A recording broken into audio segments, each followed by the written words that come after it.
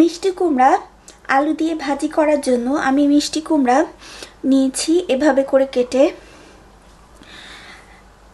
1 কাপের চেয়ে একটু বেশি আলু নিয়েছি। আপনারা চাইলে সমান সমান দিতে পারেন মিষ্টি কুমড়া এবং আলু। আমি এভাবে করে আলু কেটে নিয়েছি 1 কাপের মতো।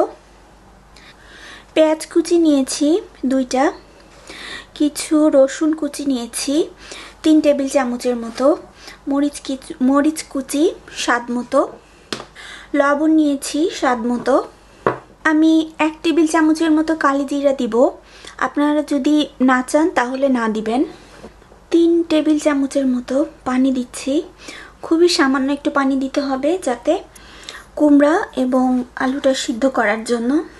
ফ্রাই প্যান গরম হলে আমি এটার মধ্যে মিষ্টি কুমড়া এবং আলু 1/2 টেবিল চামচের মতো লবণ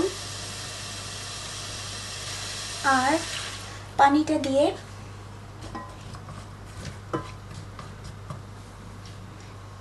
আমি খুবই সামান্য একটু হলুদ দিয়েছি, অল্প আছে ঢেকে দিতে হবে 5 মিনিটের জন্য। আমি এটা অল্প পানি দিয়ে সিদ্ধ করে নিয়েছি। এখন আমি বাগারে চলে যাচ্ছি। ফ্রাই প্যানে তেল দিয়ে তেল গরম হলে পেঁয়াজ কুচি,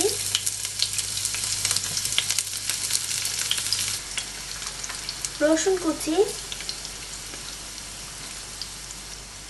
মরিচ দিয়ে এটাকে আমরা একটু হালকা ভাজবো।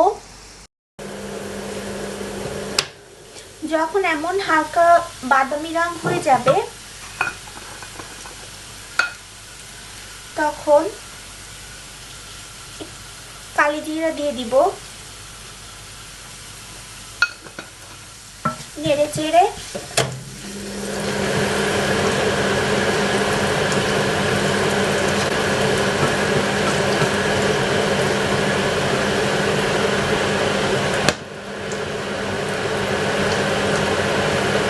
যে পাত্রে আলু এবং মিষ্টি কুমড়া ছিল সেই পাত্রে এটাকে ঢেলে দিচ্ছি,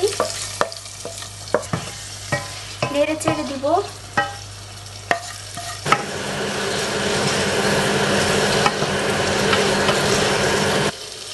নেড়ে চেড়ে 1 থেকে 2 মিনিট রান্না করে নামিয়ে ফেলবো।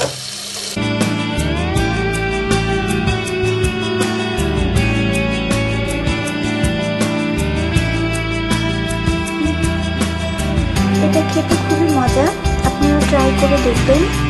ধন্যবাদ।